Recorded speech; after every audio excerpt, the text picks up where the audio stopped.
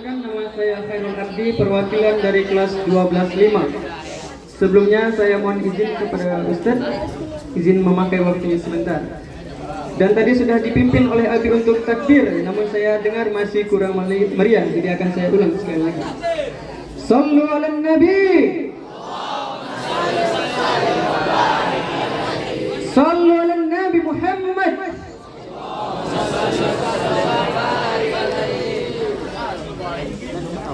Takbir. Nah, kan lebih semangat saya di depan, ya kan?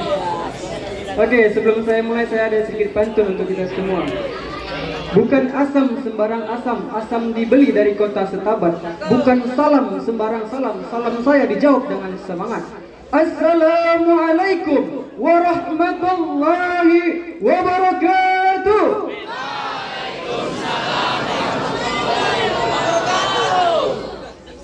Beli salam di kota Setabat, tidak lupa membeli ketupat. Yang nggak menjawab salam saya dengan semangat, saya doakan rohisnya pulang lambat. Amin. Amin. Cepat juga. Baiklah, langsung saja saya mulai. Alhamdulillah, Alhamdulillahi Rabbil Alamin, wassalatu wassalamu ala asrafil anbiya'i wal mursalin wa ala alihi wa ashabihi rasulillahi kulluhum ajma'in. Rabbi sahli sadri wa yassir li amri wahlul 'uqdatan min lisani yafqahul qawli. Faqala ta'ala fil Qur'anil Karim, a'udzu billahi minasy syaithanir rajim. Bismillahirrahmanirrahim. Wa aqimis salata wa aqiduz zakat ma'a rakaati. Maaf. A'udzu billahi minasy syaithanir rajim. Bismillahirrahmanirrahim. Wa aqimus salat wa aqiduz zakat wa la tuqatimu ma'a raqiin. Shadaqallahul azim wa shadaqallahu mursalin walhamdulillahi rabbil alamin. Selamat datang kami ucapkan kepada Pak Syarifal.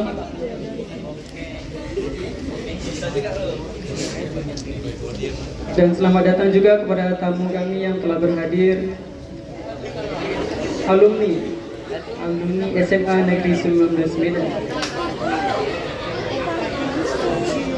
Oh ya, selamat datang juga kepada Pak Suprayadi.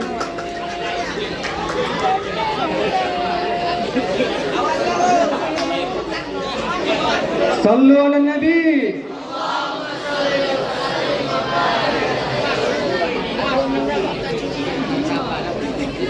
Baiklah, pertama-tama dan paling utama marilah kita ucapkan puji dan syukur kita terhadap Allah Subhanahu wa taala dengan mengucapkan alhamdulillahi rabbil alamin. Karena berkat rahmat dan nikmat-nikmatnya yang terkhusus nikmat iman dan Islam, juga nikmat kesehatan, sehingga kita dapat berkumpul di masjid tercinta kita ini. Salawat dan salam tak lupa juga kita panjatkan kepada junjungan kita, suri tauladan kita Nabi Muhammad sallallahu alaihi wasallam dengan mengucapkan Allahumma shalli ala sayyidina Muhammad wa ala ali sayyidina Muhammad. Karena kata beliau apa? Orang-orang yang paling dekat denganku di yaumil qiyamah nantinya adalah orang-orang yang lisannya senantiasa dibasahi karena berselawat kepadaku. Oleh karena itu, semoga dengan salawat dan salam yang kita sampaikan kepada baginda Nabi Muhammad sallallahu alaihi wasallam, kita mendapatkan syafaat dan pertolongannya di yaumil qiyamah nantinya. Amin. Amin ya rabbal alamin.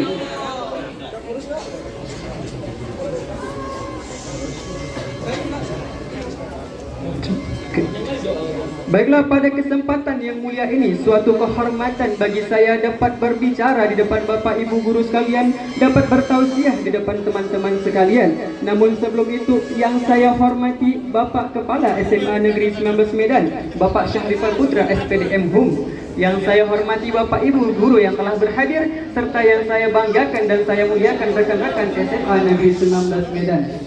Baiklah, tak perlu memperpanjang kalam, langsung saja saya akan membawakan tema, yaitu pentingnya sholat dan zakat dan sholat berjamaah. Saya membawakan tema sholat bukan karena sholat saya bagus.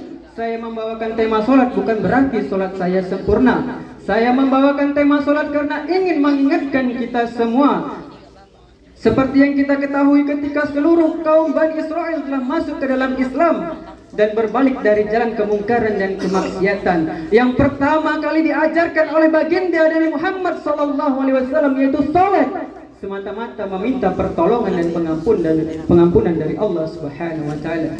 Lalu apa lagi yang diajarkan oleh Nabi Muhammad sallallahu alaihi wasallam setelah salat? Yaitu zakat. Zakat merupakan suatu pencerminan pensucian hati dan bukti syukur kita akan nikmat terhadap Allah Subhanahu wa taala. Kemudian disempurnakan lagi oleh Nabi Muhammad yaitu rukuklah bersama orang-orang yang rukuk. Yang artinya solatlah seperti apa yang diajarkan Nabi Muhammad sallallahu alaihi wasallam, dan utamakanlah solat berjamaah daripada solat sendiri. Seperti yang sudah saya bacakan pada awal mukadimah tadi. A'udzubillahi minasyaitonir rajim. Bismillahirrahmanirrahim. Wa aqimis salata wa aqituz zakat warqa'a ma'ar raqiin. Dan tegakkanlah atas kamu salat dan tunaikanlah atas kamu zakat dan rukuklah bersama orang-orang yang rukuk. Surah Al-Baqarah ayat 43. Shadaqallahul azim. Yang pertama itu yaitu wa aqimis salat. Mengapa kita perlu membahas dan mengingatkan mengenai salat? Karena yang pertama kali ditanya di yaumil kiamah nantinya, yang pertama kali dihisab di yaumil kiamah nantinya, yang pertama kali dihisab di yaumil kiamah nantinya adalah salat. Salat merupakan suatu inti dari agama Islam. Oleh karena itu siapa saja yang meninggalkan salat, maka hancurlah pondasi amal kebaikan yang sudah dikumpulkan selama dunia. Oleh karena itu diwajibkan bagi kita seluruh umat Islam untuk memperbaiki salat kita, untuk menjaga salat kita dan menunaikan ibadah salat kita untuk persiapan amal dunia maupun bekal akhirat. Terlebih lagi bukti penghambaan kita kepada Allah Subhanahu wa taala. Karena apa kata Allah? Tidak akan aku ciptakan suatu makhluk yaitu manusia dan jin kecuali menyembah kepadaku. Surah Az-Ziriyat ayat ke-56. Oleh karena itu, janganlah pernah kita meninggalkan solat, karena solat merupakan suatu perintah langsung yang disampaikan oleh Allah Subhanahu wa taala. Ketika Allah menyerukan untuk berpuasa, Allah hanya menurunkan ayat dan mewahyukannya kepada Jibril alaihissalam. Ketika Allah menyerukan untuk haji, ketika Allah menyerukan untuk zakat, Allah Subhanahu wa taala hanya menurunkan ayat yang diwahyukan kepada Jibril alaihissalam. Lalu bagaimana cara kita membedakan antara kaum muslimin dan kaum kafir? Apa kata Nabi Muhammad SAW dalam hadis riwayat Abu Daud? Yang membedakan antara kaum muslimin dan kaum kafir adalah solatnya. Barang siapa yang meninggalkan solatnya, maka termasuklah mereka golongan orang-orang yang kafir. Jadi untuk membedakan antara kaum kafir dan kaum muslimin tidak dilihat dari agamanya, tidak dilihat dari cara ibadahnya maupun doanya, tapi dilihat dari solatnya.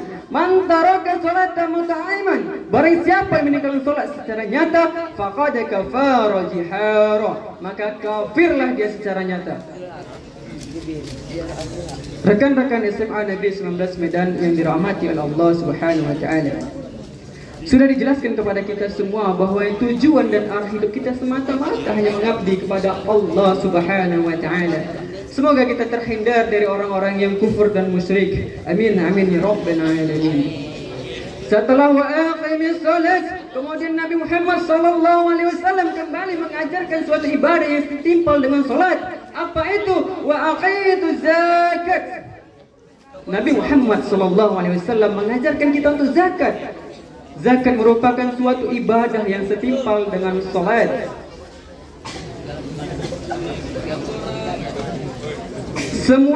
Semua zakat itu adalah sedekah, namun semua sedekah itu belum tentu namanya zakat. Zakat dan sedekah tidak akan membuatmu miskin. Zakat dan sedekah tidak akan membuatmu fakir.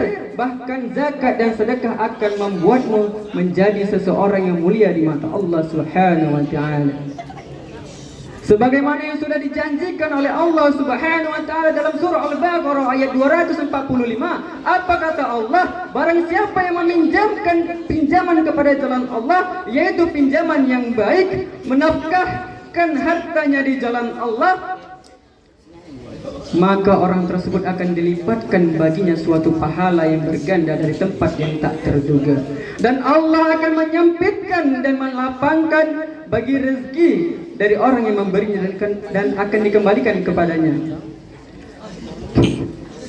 Sehingga rekan-rekan SMA Negeri 19 Medan yang dirahmati oleh Allah Subhanahu wa taala, tidak ada tempat kita bergantung, tidak ada tempat kita meminta kecuali kepada Allah Subhanahu wa taala, karena sudah dijanjikan kepada kita yaitu pahala dan rezeki yang berlipat ganda dari tempat yang tidak terduga.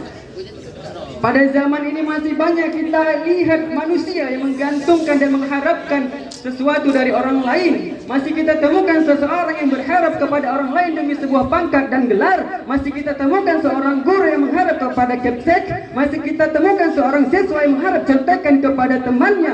Na'udzubillah min dzalik. Takbir.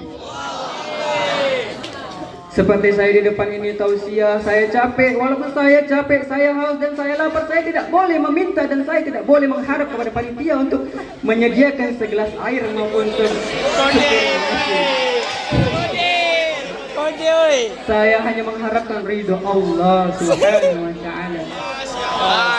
Semoga apa yang saya sampaikan, semoga apa yang saya bicarakan ini dapat bermanfaat dan menjadi amal akhirat kita kelak. Amin. Amin. Rabbal alamin.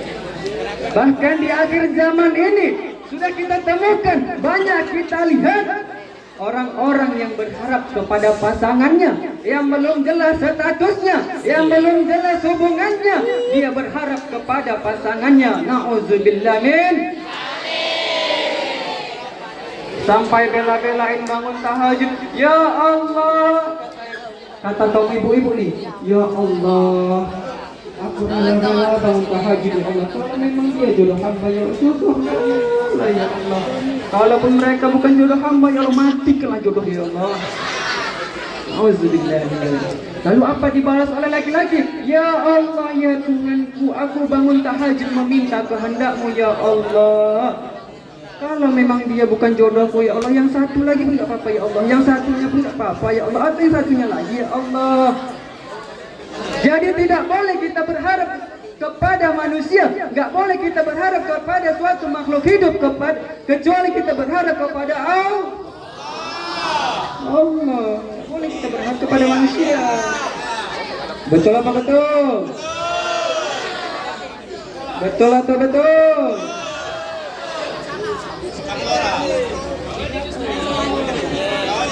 Baiklah, karena waktu pun sudah habis dan materi saya ketinggalan, yaitu di bagian rukuklah bersama orang-orang yang rukuk. Pada intinya saya hanya mengingatkan, utamakanlah sholat berjamaah daripada sholat sendiri, karena bersama-sama kita tahu apa keutamaan dari sholat berjamaah daripada sholat sendiri. Sekian dari saya, mohon maaf apabila ada salah.